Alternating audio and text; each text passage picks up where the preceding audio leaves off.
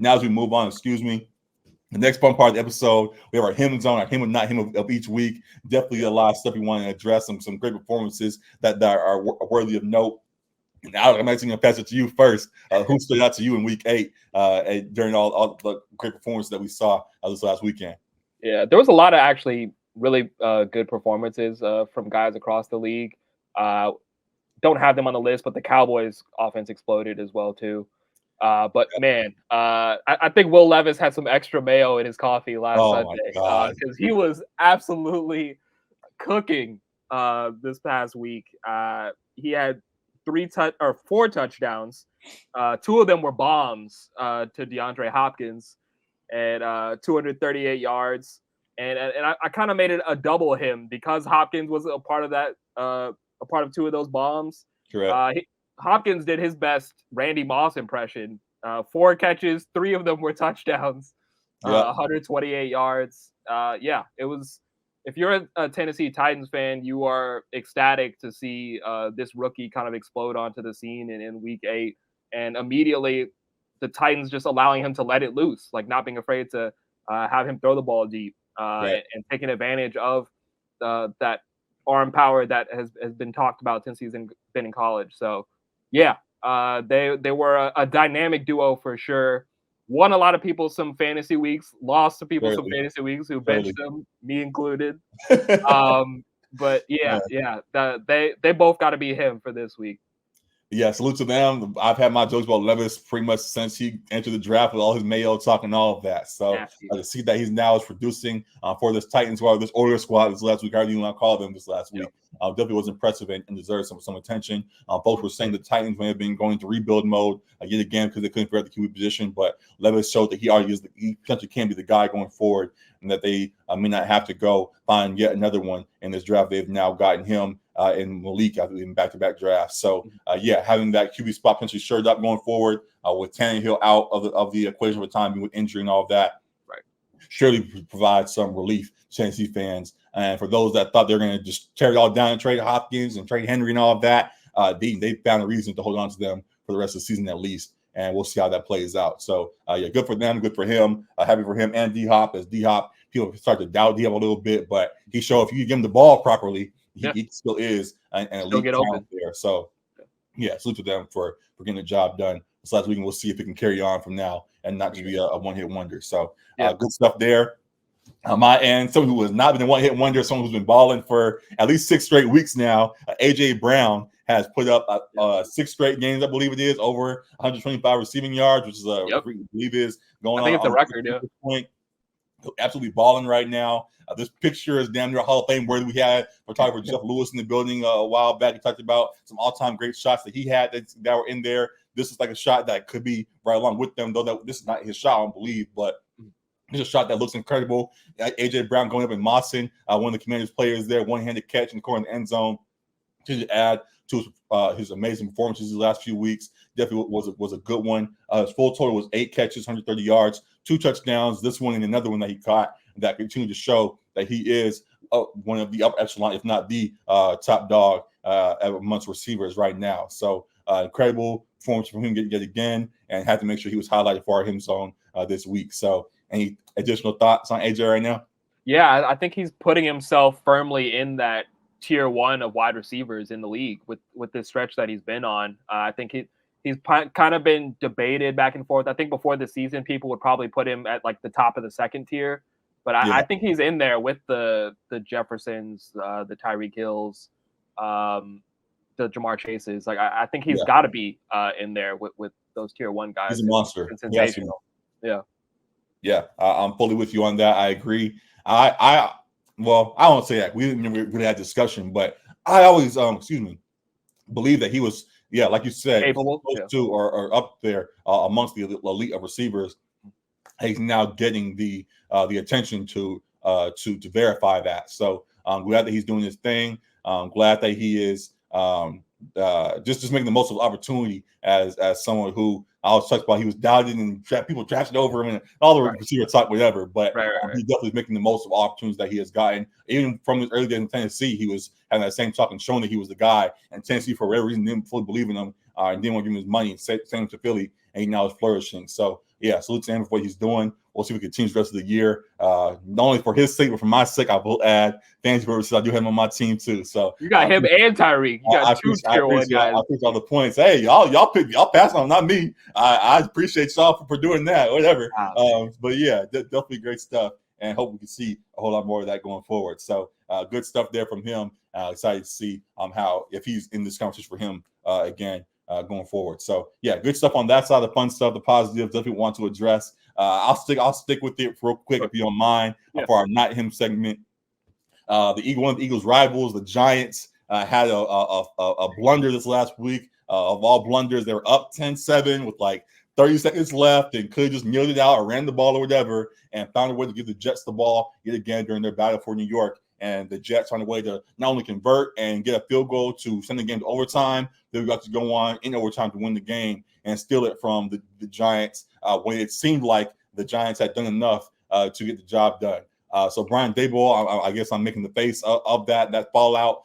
Seeing how they mismanaged the clock to end that game last week was truly impressive, to be honest with you. It was like 30 seconds left. We're sitting there like, all right, bro, they're going to end the game. They're getting ready to run on the field and shake hands and all that. And then they time out and they try to go. I forgot exactly how it played out, but they just folded at the end when they should have converted, and it led to the Jets finding a way to steal the game. And the Jets yet again, they seem like another game where we're praising Zach Wilson again. I didn't know where we're praising Salah and all these guys all of a sudden because of the mismanagement of the opponent this week being the Giants. So yeah, seeing how they fell apart. Had to highlight them for our not him this week. So yeah, did you see any of that and saw how they fell apart?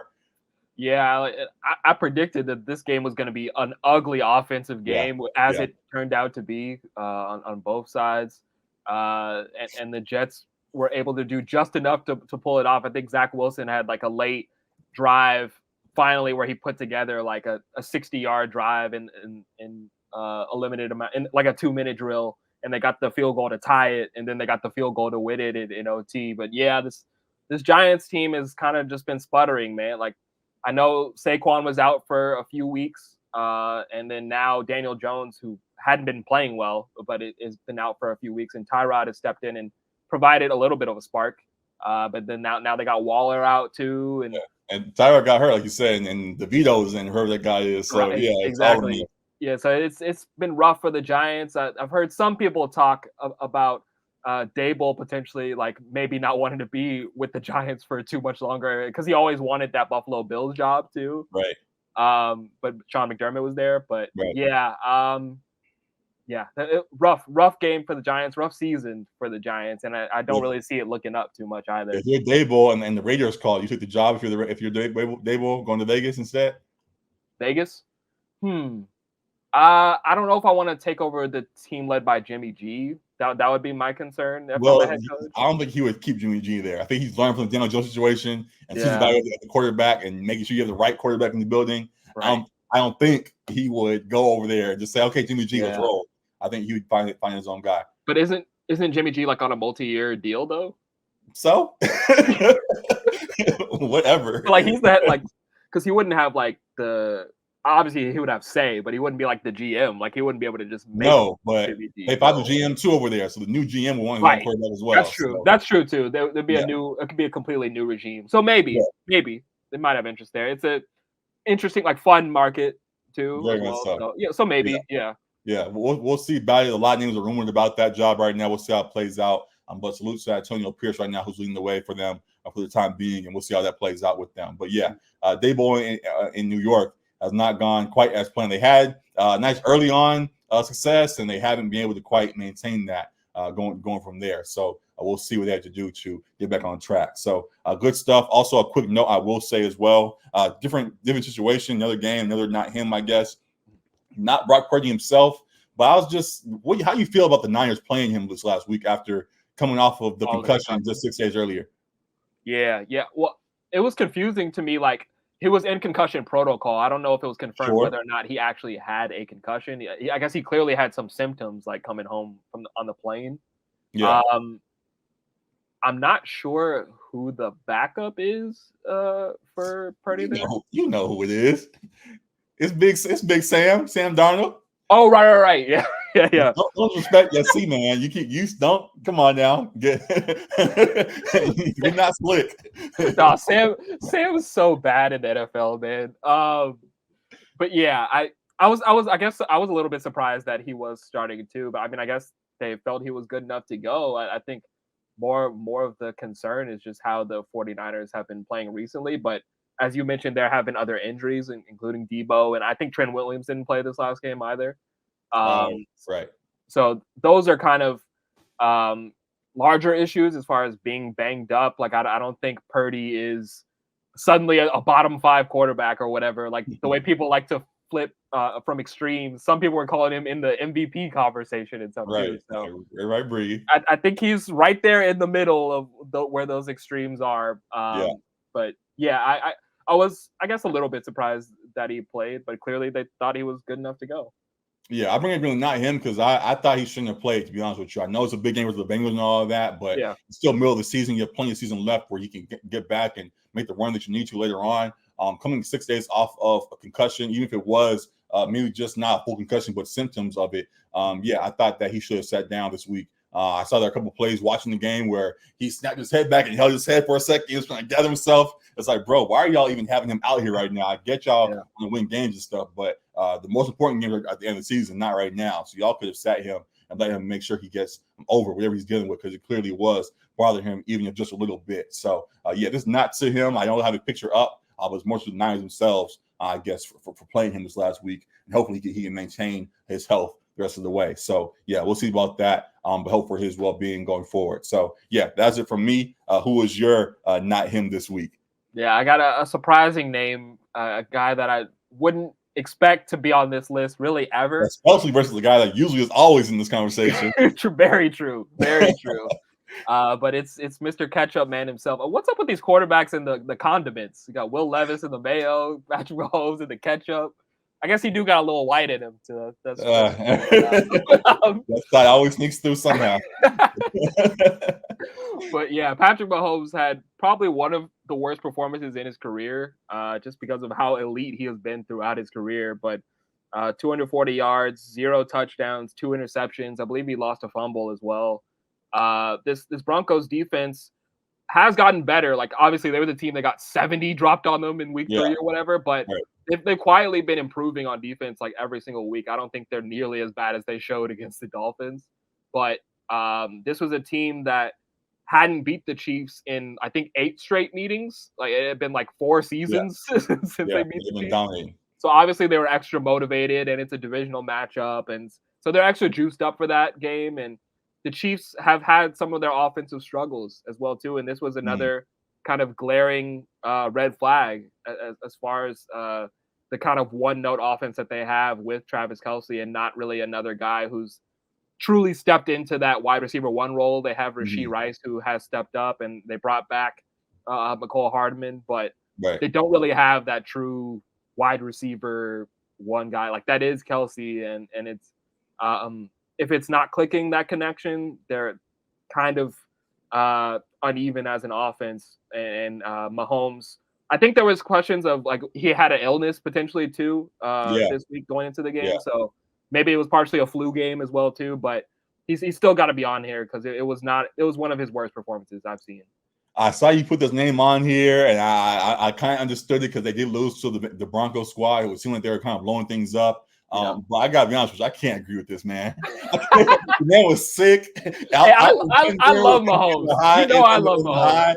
And off in the air and everything. His receivers haven't been good all season. He's trying the best that he can and hasn't been making it work. I know for a lot of folks it'll be a cop out, but if anybody has earned room for a cop out, Pat Mahomes has earned the room for a cop out. I'm gonna give it to him. This will be his one time to use it this week. I don't think he deserves to be not him this week. I fully get that he didn't look good this week, but he didn't really have a lot. He has not had the help that he has that is needed for him to succeed right now. His receivers have not stepped up as need be, and the receivers have not been good. All eyes are on Kelce, and Kelce cannot produce on his own as people may believe that he can, and all of that. But no, they have not been able to execute as needed because of the lack of consistency from the guys on the outside. So That offense is not growing as it needs to. I don't believe it's Mahomes' fault right now. He's trying to get acclimated to all these new guys, and new guys are trying to find their roles and all of that. So with that being the case, yeah, I can't point the finger at Mahomes. I mean, I think you can give him the caveat. I mean, everyone has a bad game, so that's fine.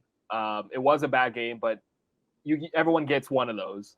But you can give him the caveat that he was sick too. But the previous week, like, he went off for like 400 plus and 4 touchdowns too. So it's like, you're going up against a Denver team that's kind of been sputtering, and you sputtered yourself too for whatever reasons. I feel like I had to acknowledge it because I hear you. It wasn't good. I hear you. I'm just saying, as if anyone's earned the room for hear me out game or whatever you want to call it, I think Mahomes has earned the room for that. And I'll let that card be played this week and lay it slide. So yeah, tough week for the Chiefs in general. But yeah, pointing to Mahomes as the face of that, I can't fully co-sign, but I hear you. So whatever, we'll see what folks have to say about that going forward. But definitely a fun hymn zone for folks. That I'm excited to see the reaction too. So good stuff there. We'll see the reaction, all of that. Let us know in the comments what you think. Let us know who your best and worst performances of week 8 were, who you're looking forward to in week 9 as well. And we're sure to talk about it all. So good stuff there with all of them.